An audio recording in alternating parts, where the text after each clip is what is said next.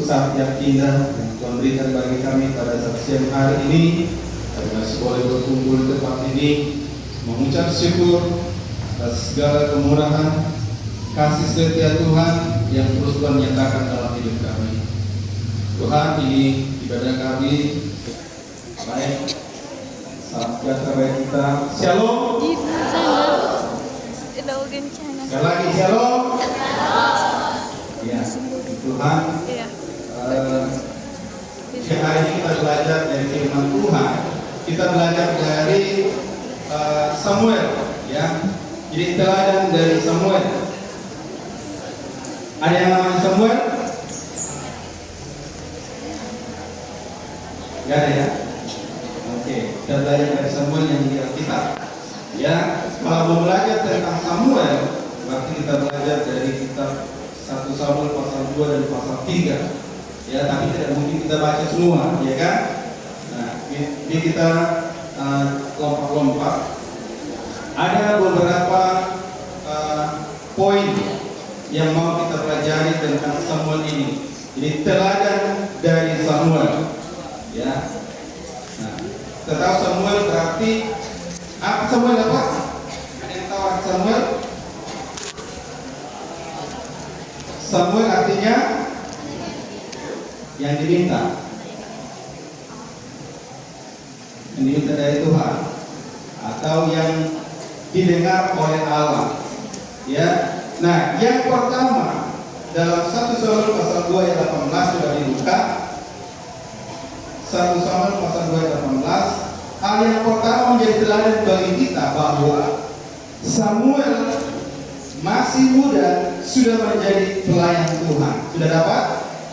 Oke, sama-sama baca. 1, 2, 3.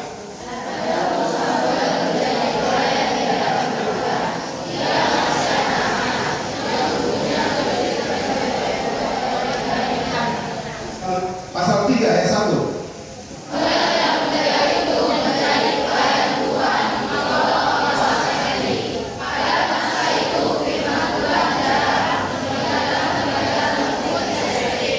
Samuel yang muda itu menjadi pelayan Tuhan. Nah, jadi ada baiknya kita dari sejak kecil sudah bisa melayani Tuhan. Ya, puji Tuhan lah yang tadi boleh melayani minggu lalu juga, minggu depan ya, bulan-bulan berikutnya. Ya, nah, jadi bersyukurlah kalau kamu bisa melayani Tuhan. Amin. Ya, dengan talenta-talenta yang Tuhan percayakan. Ya, apakah itu pemain musik, ya, tamboring, ya, multimedia dan lain sebagainya. Ya, pokoknya anak yang berharga di mata Tuhan adalah anak yang bisa melayani Tuhan. Amin. Ya, jadi dari sejak kecil kita harus bisa melayani Tuhan. Mungkin ada bertanya, kalau kami di gereja kami nggak ada seperti itu, di mana itu? Ya, apapun bisa kita lakukan untuk melayani Tuhan. Ya. Memang ada gereja tertentu bahkan sampai petugas kebersihan pun sudah ada digaji, ya kan? Lalu apa tugas kami? Nah, tanyalah Tuhan. Amin. Apa pelayanan Tuhan? Kalau dalam Matius 28 ayat 18 sampai 20 itu kan sudah semua orang percaya memberitakan Injil. Aku nggak tahu beritakan Injil. Mengajak teman beribadah juga itu suatu pelayanan. Amin. Ya. Antar jemput temanmu yang jauh atau temanmu yang malas, ya, ajak beribadah, itu suatu pelayanan. Ya. Jadi Samuel yang muda itu masih kecil, ya kan? Karena sebelum lahir pun dia sudah diajarkan untuk menjadi pelayan Tuhan. Nah, jadi masih kecil dia sudah diantar ke bait Allah dan tinggal di situ. Dia melayani Tuhan seumur hidupnya. Ya. Nah, jadi sekali lagi, mari di umur-umurnya sekarang ini berusaha untuk melayani Tuhan. Amin. Poin kedua, ya, Samuel, ya, ada dalam pengawasan Imam Eli. Ya. Kita lihat ayatnya 1 Samuel pasal 3 tadi, ayat yang kedua dan ketiga. 1, 2, 3.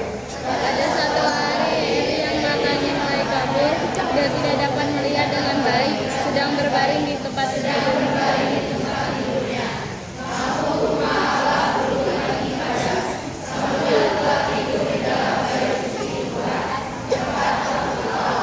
Nah, Samuel itu tinggal di Bait Allah. Pada waktu itu ada Imam Eli di situ. Imam ini sudah tua dan dikatakan matanya sudah mulai kabur. Ya, sudah mulai kabur dan tidak dapat melihat dengan baik. Tapi ayat 3 dikatakan Samuel itu belum lagi padam lampu, dia sudah tidur di Bait Allah, ya, tempat tabut Allah. Nah, kalau kita lihat orang muda sekarang, ya, banyak yang tidak mau diawasi, maunya bebas. Ya, walaupun mata orang tuanya masih jelas melihat. Ini tadi imam itu sudah tua, matanya sudah kabur. Tapi Samuel bukan berarti jadi bebas, dia keluyuran kemana-mana. Dia masih kecil sudah taat diawasi. Kalau kita bandingkan sekarang, anak sekarang sudah susah diawasi. Benar apa betul? Benar betul. Susah diawasi. Tapi Samuel ini dia mau hidup tertib. Tadi katakan lampu di Bait Allah belum padam, dia sudah tidur. Kalau sekarang memang lampu listrik kita 24 jam hidup, ya kan? Kalau dulu kan jam-jam 9 jam 10 lampunya sudah mati karena lampu sentral, lampu gas, ya kan? Habis minyak dia jam-jam setengah 10. Artinya sebelum lampu padam, mungkin belum tengah malam lah, Samuel sudah tidur. Kalau ada sekarang, kalau jujur ya, ada yang tidur jam 12, ada sampai jam 2, gak tidur sama sekali. Coba jujur dulu, siapa di sini yang tidurnya di atas jam 12? Kameramen boleh angkat tangan nggak sih? Itu perempuan. Kameramen boleh angkat tangan ya? Gawat ini. Ini pakai. Menurut penelitian dokter, ya, tidur yang sehat itu jam 10 paling lambat, ya, karena otak kita ini butuh istirahat, ya. Makanya banyak orang yang kena virus otak itu karena otaknya kurang istirahat. Masih ingat Lucy Olga? Rata-rata artis itu kan banyak yang meninggal karena virus otak. Karena jam kerjanya bisa 24 jam sunyi terus, ya. Nah, jadi akhirnya meninggal masih di umur muda. Jadi sekali lagi ini jadi pelajaran, ya, harus mau hidup tertib, mau diawasi, amin. Memang kalau di masa ini orang tua kan banyak kerja dua-dua, akhirnya anak hidup sesuka hati. Tapi walaupun mungkin orang tua nggak mengawasi, sebagai anak Tuhan hiduplah tertib, amin. Yang selanjutnya yang keempat, ya, ayat yang keempat sama-sama. 2, 3 ya.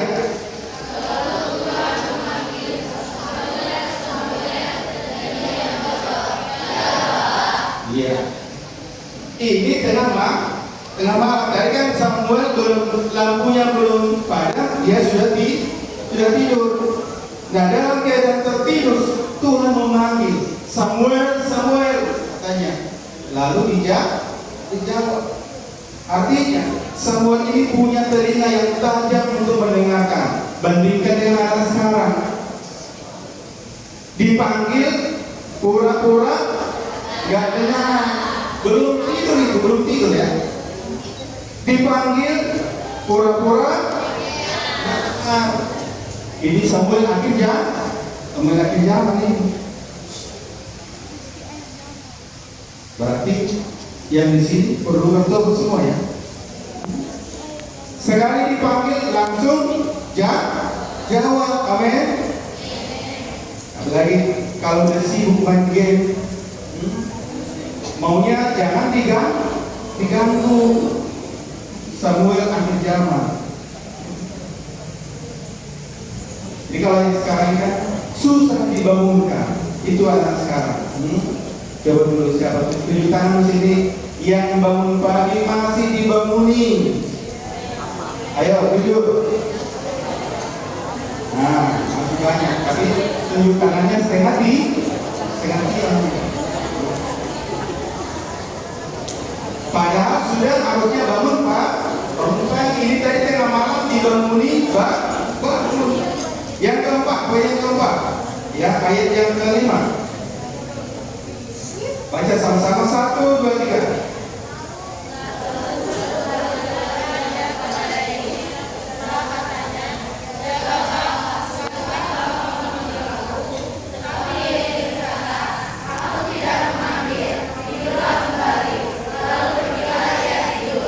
Iya. Nah, poin yang keempat di sini dikatakan Samuel adalah orang yang rajin dan cekatan, bertindak cepat dan tidak lambat. Baru dari tidur dibanguni langsung lari, ya, langsung lari. Apa? Ya Bapak. Tidak berlambat lambat dari posisi tertidur bisa langsung bangun lari kepada Imam Eli karena dia menyangka Imam Eli yang memanggil, ya, dan ternyata bukan Imam Eli, dan itu terjadi sampai 3 kali. Berapa? 3 kali. 3 kali dia pergi sama Imam Eli, dan yang terakhir yang ketiga Imam Eli baru mengerti, oh berarti Allah sedang mau berbicara kepada Samuel. Maka Imam Eli ajarin, nanti kalau dengar lagi suara itu katakanlah, ini aku hambamu berbicara. Berarti 4 kalilah Samuel bangun pada malam itu. Bantuin aku Pak. 4 kali. Dan tidak bersungguh-sungguh. Ya. Nah, jadi dia bangun dengan cekatan, tidak marah-marah. Apalagi ini dari udah bangun. Kalau sekarang sekali aja dipanggil, apalagi kalau dia sibuk main game, ya, langsung marah. Apalagi ada alasan, aku lagi ngerjain tugas katanya, padahal bukan. Kuat. Nah, yang pernah seperti itu bertobat. Nah, gak boleh lamban, ya. Tahu dari Daud, ya. Daud kalau dia lamban, sebenarnya dia meninggal, dia ditolak Raja Saul. Ya, berapa kali Raja Saul mau menombak si Daud, tapi karena Daud itu cekatan, bergerak cepat, jadi bisa lolos. Ya, nah poin kelima, ayat yang ke-11, nanti sampai ayat 19. Ya, kalau kita baca, ini tentang apa yang Tuhan katakan kepada Samuel. Ya, Allah berbicara kepada Samuel itu tentang penghukuman kepada Imam Eli. Ya, tentang apa tadi? Tentang penghukuman. Nah, Samuel mendengarkan dari Allah berita penghukuman kepada Imam Eli. Nah, kemudian di sini kan Imam Eli bertanya, apa yang kamu dengarkan? Nah, kira-kira bagaimana perasaan Samuel? Dia kan pasti takut bahwa Imam Eli akan menghukum Tuhan. Tapi di sini dia Samuel ini orang muda yang jujur memberitahukan apa adanya, walaupun itu berita yang sangat tidak baik, ya. Walaupun segan, Samuel memberitahukan semuanya itu, tidak menyembunyikan sesuatu pun. Jadi kita Samuel akhir zaman harus mau bertindak jujur. Masih ada yang bohong-bohong di sini? Masih ada yang suka bohong? Yang singer masih ada yang bohong? Yang tamborin masih ada yang bohong? Berubah. Amin. Yang keenam, ya, ayat yang 19. Kita baca ayat 19. 1, 2, 3.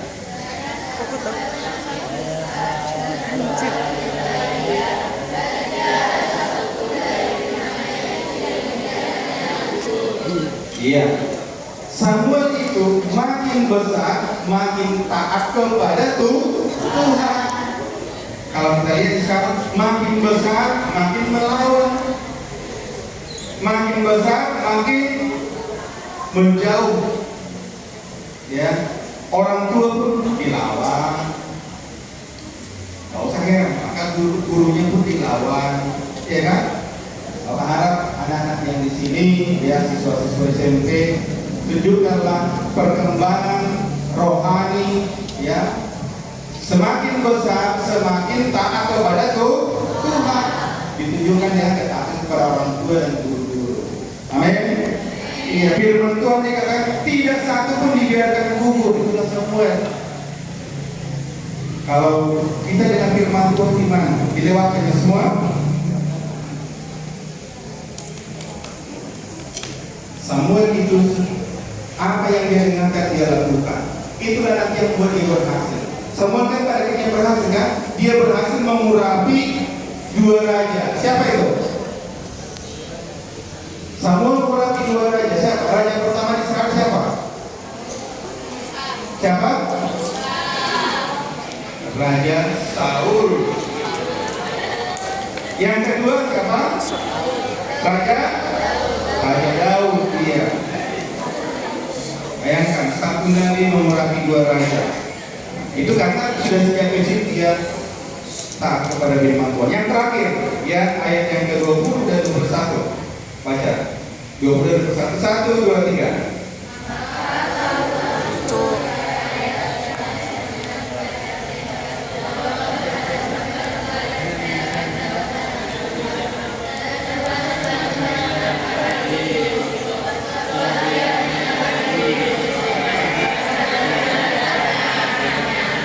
Iya, artinya Samuel itu punya kesaksian yang baik, kesaksian hidup yang baik. Jadi semua umat Tuhan mengakui bahwa Samuel itu orang yang takut akan Tuhan. Ya, kalau misalnya dia ditanya, ya, kalau dia ditanya tentang siapa ya, misalnya, kalau kamu ditanya kira-kira apalah kesaksian orang tentang diri?